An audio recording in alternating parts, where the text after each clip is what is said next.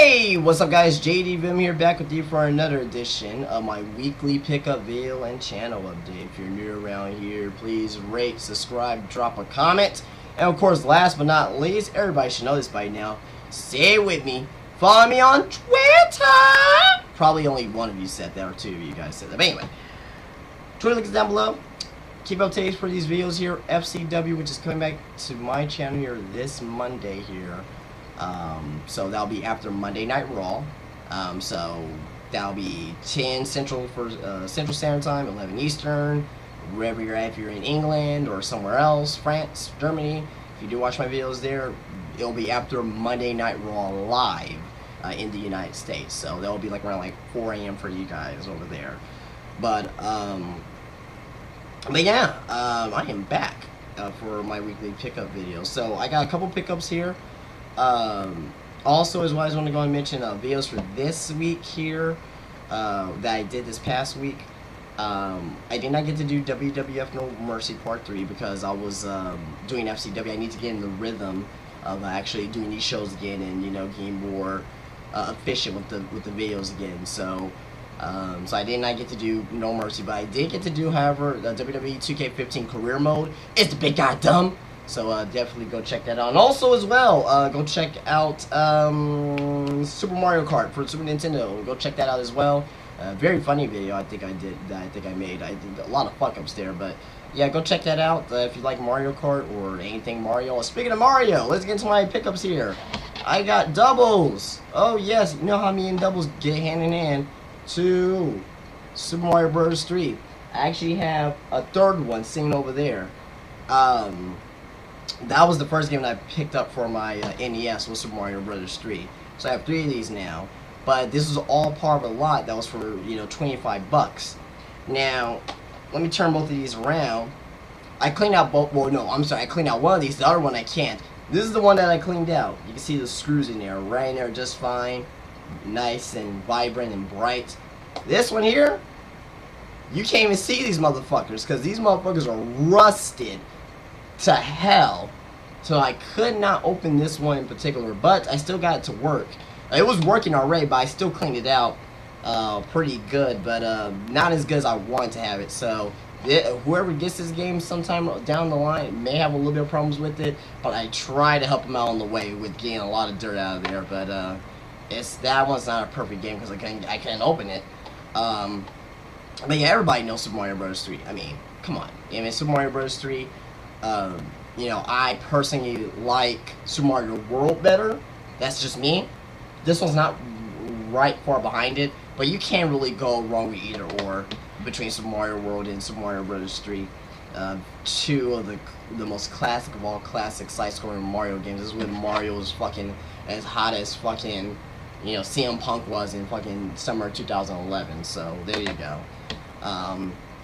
So got these games here, and also this game here, Indiana Jones Greatest Adventures, made by JVC, who also made the Star Wars games. Part of this here, Super Mario Bros. 3 is probably about $20–$25 a piece. So about 50 bucks here in my hand. Indiana Jones Greatest Adventures, probably about another $15–$20 in my hand as well. So about a $70 lot. No, wait. Yeah, about $70 lot, my bad, for $20. Really wanted to just get this game here, so I got this game for 20 bucks. These games here for 20 bucks as well. So like I said, I just did the fucking math, so I don't even know why I'm resetting on that. But those are my pickups there for this week. And like I said, I do have some questions this week as well. And yeah, people actually asked me questions this week. I didn't think I mentioned that at the beginning. Yeah, I got questions this week. Yeah, so we're going to go over that in just right now, but let me get into my FCW news and week pickup. Oh, shit, I don't even know what the fuck I'm talking about right now.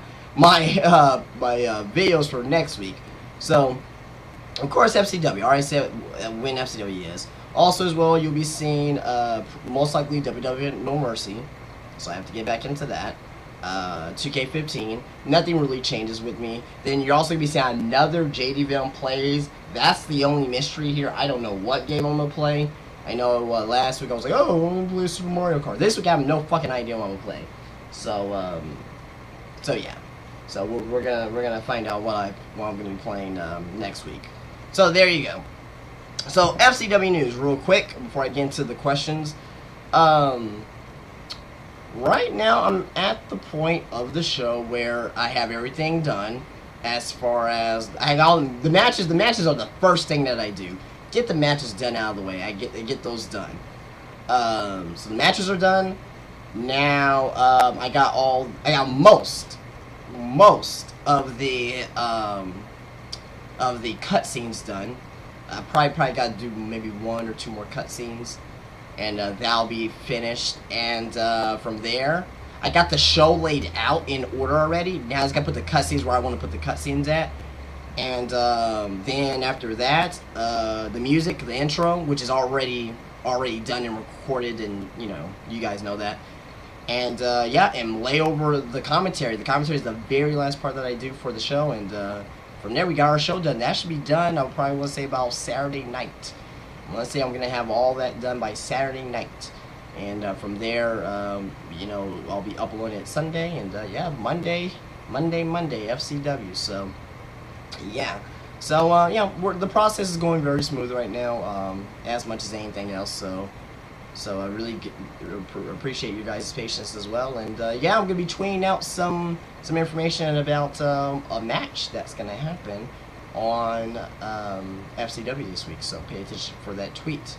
Alright, so let me get into my questions here. I briefly skimmed over them. I didn't actually go in detail. I just know I have 2 people. I got a total of 4 questions from 2 people. This first person only asked me 1 question, and the other guy asked me 3. So I encourage multiple questions. So if you want to ask me multiple questions, ask me multiple questions. The more the better, because I actually like doing this stuff here. So, alright, so first question is from Eric Robinson. And wow, this is an ironic question here. So, what is the full process of an FCW episode? I would love to know on how you do it. Well, I kind of went over a bridge version. Perhaps when I get to about 2,000 subscribers, I'm about 500 away right now, a little bit more, 500 away before I get 2,000 subscribers. Then I will most likely be doing a FCW behind the scenes on how I put all the show together. But this is the way it basically breaks down. I already know what matches I'm going to have. Okay, I already know what matches I'm going to have. Sometimes I write the matches down that I'm going to have, sometimes I don't. But, I mean, the rivalries themselves, I mean, there's not much to remember, for me at least.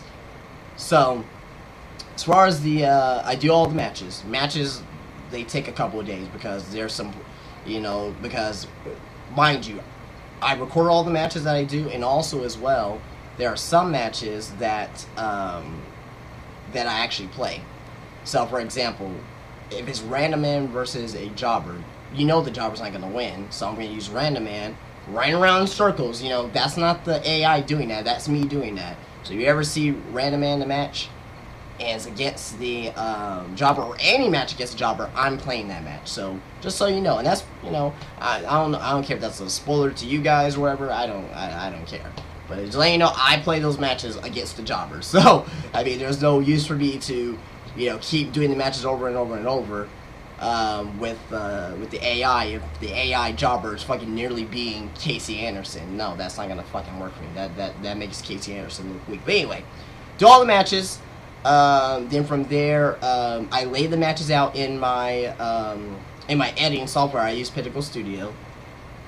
From there, I go back and I do the fucking cutscenes and promos, record those, then I put those into the editing software. Then from there, I actually do the commentary. Commentary is the last thing that I do. I put over that. Then all the editing where I want to put the matches at. Then the transitions as well. Like, coming up next, you're going to be seeing Casey Anderson in action. I do that. It doesn't sound like a lot. It may sound like a lot to you. It doesn't sound like a lot to me, but I have to actually show you guys on why this takes 2 weeks. The longest part that the longest thing that takes me to get things done is the commentary. and also as well the actual filming of the matches. Because if I'm doing AI versus AI, if I have Sean Stevens versus Tony Guido, for example, and I want Tony Guido to go over, and Guido, you know, fucking loses the match against Sean Stevens, then I have to do the match again with the AI. If the match goes too long, I do the match again. If I think the match is too long, I will do the match again. If I think the match is too short, I will do the match again. It doesn't matter if, oh, Tony Guido's supposed to go over and he beat Sean Stevens in 2 minutes. If it's only a 2-minute match, I'm not gonna save that. If it's a 20-minute match, I'm not gonna save that. I'm not gonna spend half the show on one match unless it's a marquee match. I figure 5 to 7, 8 minutes. You know, if the match is going on very, very well, it's like, okay, there's no fucking way I'm gonna stop this. You know, there's no way that I'm not gonna upload this because it was a fucking great match. But yeah, majority of the time it's AI, and that takes a while. And the reason why you're like, well, Justin, how come you just don't play the match? Well, if I play the match, and if I want Tony Guido to go over, and Guido gets pinned, that meter comes up where you're trying to kick out. I do not want to make it obvious on who's winning the match. So if I do that, it's like, oh, he's controlling Tony Guido. Well, Guido's gonna win this match. Why am I watching this? I want to make it as realistic as possible for you guys not to know who's actually gonna win the match. Now there are some cases where it's like, oh, you're gonna see, you know, Eugene Davis versus Dolph Ziggler. Obviously, I'm not gonna put over Ziggler in that situation. But if you have, oh, Ziggler versus Miz, you don't know who's gonna win that match. Oh, it's like, for example, Random Man versus Zombie Joe. I think there's a lot of people who really thought that probably Random Man was gonna win at Legends, but no, I put Zombie Joe over. And yeah, so if I would have actually played that match, you know, as Zombie Joe, you guys would probably been like, oh, well, Zombie Joe's going over. Why the fuck am I watching this? And that's the way that I think, at least. That, you know, so I can't really speak for you guys. That when I see a call show, and when I see people actually controlling the guy, one of the guys I mentioned, oh, well, that guy's going over. Like, why am I watching this? Like, I already know who's gonna go over. That's like fucking watching Monday Night Raw, and you see a big RT button icon go above John Cena's head. Why the fuck am I gonna watch this match? I know John Cena's gonna win the fucking match. Like, what the fuck? You know. But anyway, good question though. But to go more in depth with it, I'll probably do once I get like to near 2,000 subscribers. I will be showing a full behind the scenes look at FCW on how I do my matches and how I do things. So, all right, next question, and thank you, Eric, for giving me that question. Next question comes from Sharpshooter384. He has 3 questions. First one says, when are you going to show your room off and your gaming collection? I noticed that you have a GoldenEye poster behind you. Do you have any other retro posters? First off, I do have a lot more retro posters around. I have a shit ton around me. If you look at my old JDVM Plays videos, go back to anyone like last year around this time, any JDVM Plays videos, you'll see the Warrior, and I'm pointing them at them right now because it's in this room right here. The Warriors and Scarface. That was the one that was where that camera was facing. But as far as showing off my gaming collection and all that stuff as well, probably not until 2,000 subscribers, like I said, or if I get to a monumental as far as channel views, or as far as career views, you can say, because right now I'm near 500,000. I'm getting closer and closer to that. So once I guess when I do reach that, I'll you know, do something like that as well. But good question. Next question is, what's your favorite year in wrestling? My favorite year in professional wrestling is 1992. The reason being behind that is because at the time, well, first of all, my favorite Royal Rumble and pay-per-view happened in that same year, which was the 1992 Royal Rumble. But it wasn't just that, and I'll go over the Royal Rumble in just a moment. But 1992, the roster in WWF, not necessarily in WCW, but at least in WWF, was the deepest of all time, in my opinion. Probably not as deep, because you had some deep ones in the Attitude Era, and you had some deep ones, you know, today as well. As far as the appeal and possibly Hall of Fame status worthy. For example, from today, just gonna give you a quick example from today. Big Show, Kane, Undertaker. I know Undertaker, he doesn't, wrestle full time, but he's still part of the roster. So Big Show, Kane, Undertaker, Cena, Orton. Within these past few years, CM Punk, Triple H, Batista. You can just go on and on and on. Mark Henry. With some of the people, that will probably be in the Hall of Fame. Not to mention commentators as well. Of course, you have your Jim Ross, Chris Jericho, Michael Cole, JBL, Jerry Lawler. So you have a shit ton of people that are, Hall of Fame worthy, or if not in the Hall of Fame already. So that's that for this generation. 1992. Bar fucking none, the best roster of all time, because you have a shit ton of former world heavyweight champions in there, whether it was in, either it was in WCW or in the AWA, or maybe in the WWF.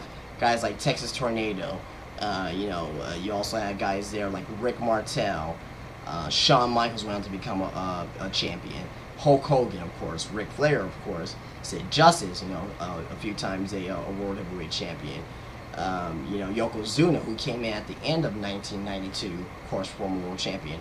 Bret Hart, Kurt Hennig, Mr. Perfect, former AWA world champion. Not to mention some of the just straight characters from there. Guys like Jake the Snake Roberts, Undertaker. I go from Undertaker from this generation to Undertaker then, former world champion, of course. So 1992, just a great fucking roster of talent. The deepest, in my opinion, ever in wrestling. And all those egos. Macho Man, I didn't even get to mention Macho Man. That's how deep it was. Roddy Piper. It's just deep. And I'm not even mentioning the tag teams either, of the Legion of Doom, of the Natural Disasters, Money Inc., Beverly Brothers, Bushwhackers. You have the new foundation with Owen Hart and Jim Neidhart. Deep fucking roster in 92. You go look at some of the pay-per-view results from 1992 and look at some of the roster for 1992. It is deep as shit. The deepest ever in professional wrestling, in my opinion. Close would probably be the Attitude Era as well, but this one here, 1992, deep as fuck. Razor Ramon came in at the end of 92. That's how deep it was. It's just from start to end was a deep fucking roster. Back in 1992. Royal Rumble 1992, as I mentioned, my favorite Royal Rumble of all time. Half of the fucking participants in the Royal Rumble was a former world champion. Iron Sheik, Hogan, Flair, Taker, Martel, Shawn Michaels, who became a former world champion. I think I said Sid already too, but Macho Man was in the Rumble as well. So just all those former world champions in there, just great gimmicks like the fucking Repo Man, it's just fucking great gimmicks back then. Very fun gimmicks. The Mountie, fun gimmicks back in 1992. But that is my favorite year in wrestling. My favorite year in wrestling. Do I think it's the best year in wrestling? No, not the best year in wrestling. But it's probably my favorite year.